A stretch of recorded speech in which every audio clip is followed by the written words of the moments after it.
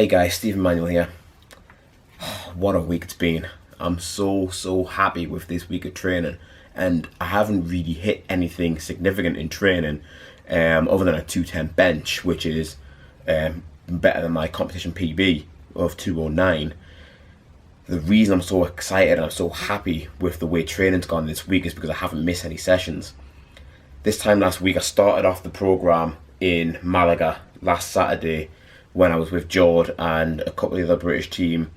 I was there as team manager and head coach. Oh, look at this. Head coach, team manager.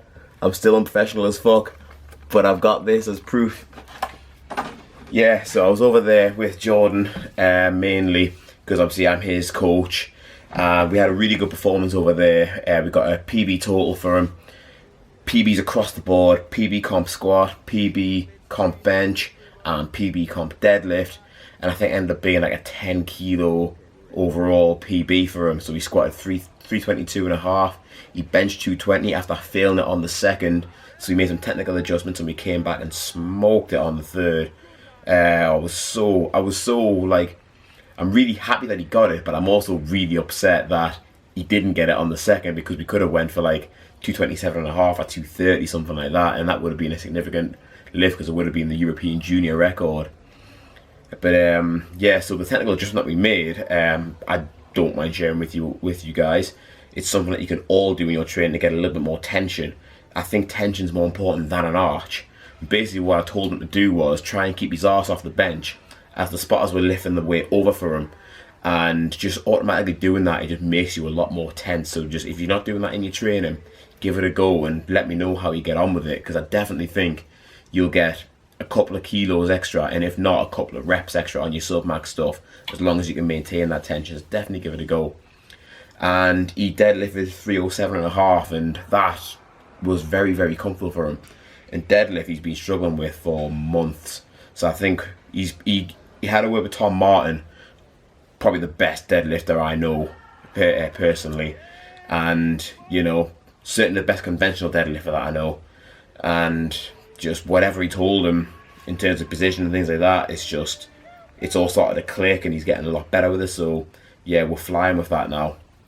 But yeah, I started this week's training cycle off last Saturday, knowing that it was going to be tough to fit it all in, because I was flying back on Monday, so you missed the whole day there. I was very tired getting back after a lot of drinking on Sunday night. So then I've managed to fit the whole week of training in. I'm very happy with that. And as I say, I'm not so much happy with the actual lifts that I've done in training. It's just the way things are feeling. Like I feel motivated again. My squats, I've been struggling with my squats ever since I got back from Raw Nationals in Atlanta, which was like middle of October. Just I feel so tight in my IT band and my hips that when I'm trying to push my knees out, I'm just sort of like my hips just don't want to do it. I'm trying to force out as much as I can. I rely on that to sit into the hole, and all the way through it's just like, it's sort of like I'm trying to go this way and my hips are like, nope, fuck you, you're coming this way, and I'm just fighting all the way through. And like, if you look back, I don't know if it's noticeable, but I notice it.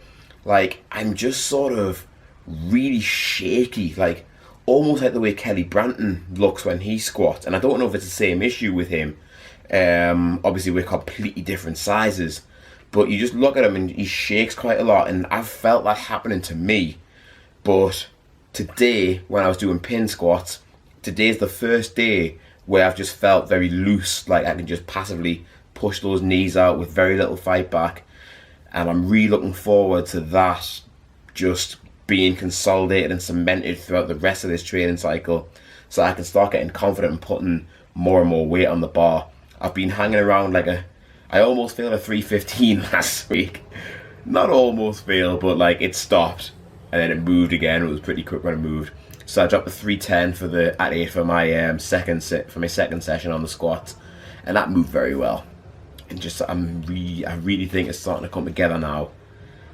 So hopefully there's going to be something big on for me in January for the squats. But You know, like, I think the thing that I've improved on the most over the last year and a half is just taking what's there. And if I'm not confident it's going to be there, then I'm not going to go for it. I'm going to try and build a big total. That's what powerlifting is all about.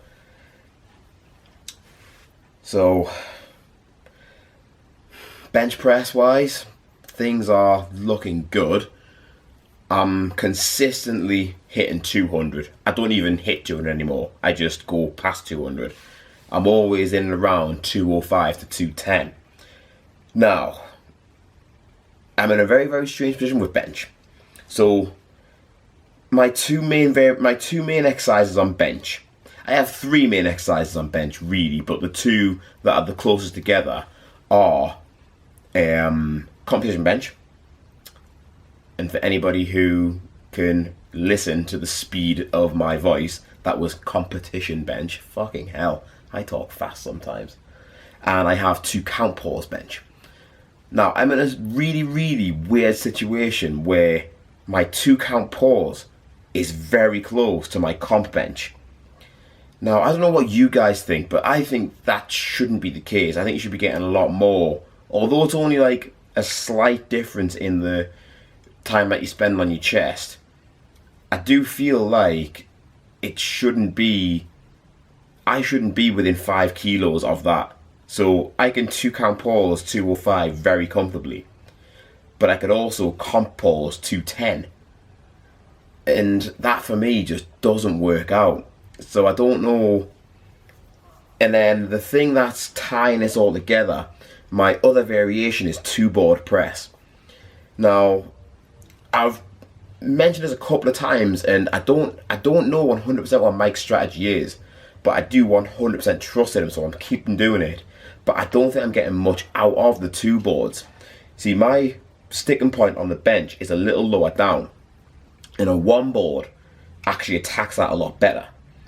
So my thinking is that if I was hitting a 1 board instead of a 2 board, then I'm going to be generating momentum from below where my sticking point is, and that's going to then help to basically blast through that, because off the chest, that was my issue before. Now I've done so much work with flat benching and getting my shoulders stronger that I will piss any weight off the chest. I feel very comfortable. I feel very confident that I could probably get 215, 270.5, even 220 off my chest to a good amount of distance off the chest. But then, because my sticking point is off of what is a little higher than a 1 board, it would just come crashing right back down. So I'm sort of looking at this from an athlete's perspective. I want my bench to go up. And now thinking about it from a coach's perspective, I can kind of see where he's coming from. So I don't know if this is the case, because I haven't actually discussed it with him, and I probably will now that I'm actually thinking about this in a bit more depth. But I'm thinking about this next competition in January. Mike's thinking about March, Europeans. Mike's thinking about June, Worlds. So maybe what we're looking at here is a bit of a preemptive strike, so that if I'm handling 230 off a 2 board now very comfortably, and I would only expect for that to go higher and higher the more I practice it. I think I've hit 240 with it when I've been peaked in a previous cycle. So if I can get that consolidated and get that strong and be tripling like 220 to 225, maybe something like that, then I've built up a lot of strength at that range. And then when we come back to the 1 board and we get a bit of consolidation in from that sticking point, then all that foundation that we've been laying down right now will probably come to fruition, and then we'll be looking for a big bench. So maybe that's what it is. So I'm looking at this as myself as the athlete, thinking, but I want to bench 215 at this next comp. I want to bench 220 as soon as possible. He's probably thinking, it's all going to come. And that's exactly what I would be telling my clients. But, you know, when it's yourself, all logical thought about being a coach goes out the window. That's why I've got a coach now. So maybe that's where we're going with that. But I'll have to ask him to like clarify that, but I've got a sneaking suspicion that's what it actually is. Okay, so last little bit. I've been invited to the Arnold Sports Festival to do I think it's the Pro Raw, whatever the 3 lift is. I know there's a few, it's confusing as fuck. But I've been invited along on behalf of the GBPF, my federation, and I've accepted. So I'm going to be competing at the Arnold Sports Festival. And honestly, this is something I've had my eye on for a few years now. I've really, really wanted to do this competition for a long, long time. I'm so jealous of you Americans for having that competition on your doorstep every year. Like, it just looks fantastic. And the chance to possibly meet Arnie, I mean, I know the chances of that are very, very low, but I mean, it might happen, you know. The chances of meeting Arnie and even having Arnie just watch some of the powerlifting is just amazing. I'm really looking forward to being in such a high profile comp like that against some really big lifters. It's going to be awesome to go head to head with Bryce. I met Bryce properly. We met very briefly at Worlds, and we met properly and had a good chat at Raw Nationals when I was out there visiting Heather. And he's just a really, really nice guy. Like, I hate going against such a nice guy because, like, I kind of need to dislike somebody when I'm competing against them. Sometimes I need to, but it's just so hard to dislike Bryce. He's a lovely guy, and you know, we always have a hug when we see each other now and stuff, and this is really good. But it's going to be so good to go head to head with him, because that was the first thing I said to him when I saw him at Worlds. I said, I'm going to see if I can get out to the Arnold Classic, the Arnold Sports Festival, and compete with you, because it would be an honour to go head to head, and I still stand by that. And you know, this is not a call out. I don't do that sort of stuff. Not with like serious competition like that. It's, you know, it's all respectful. That's where it all comes up for me. It's all respectful. I have nothing bad about anybody who I'm competing against usually, even though I do try and find reasons to hate them. But once I've finished competing against them, it's all good from there. So yeah, I'm really, really honoured, and I'm really looking forward to heading out to Columbus in March and seeing fuckface again. That's Heather, by the way. Oh yeah, speaking of Heather, who the fuck do you think you are calling me out for a wilks comp, you little fucking midget? Right then, so I know what the prize is going to be, and that's going to be a surprise for everybody. I also propose to you, you little midget, that the winner, well, actually in this case the loser, you has to read off a loser's speech written by the winner. Me. So you better dust your vocal cords off, because you're gonna be reciting a nice big A4 page, maybe even double-sided, of how fucking awesome I am and how stupid you were to go against me, and that you'll never do it again, and that I'm the king of the world, and that I wear the pants in this relationship, all that sort of business. That's going to be going down in this letter. You will rue the day you called me out, you little fuck.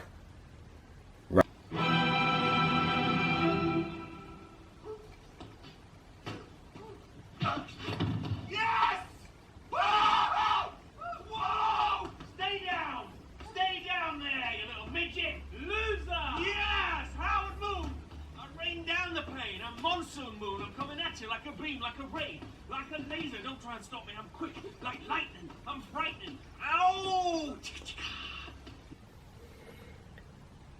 Right then, I'm done. I've got nothing else to say other than just remember, it's December 10th, probably 11th when this actually goes up. It's still too early to be getting fested, you little twats. There's just no need for it. Get excited the week before.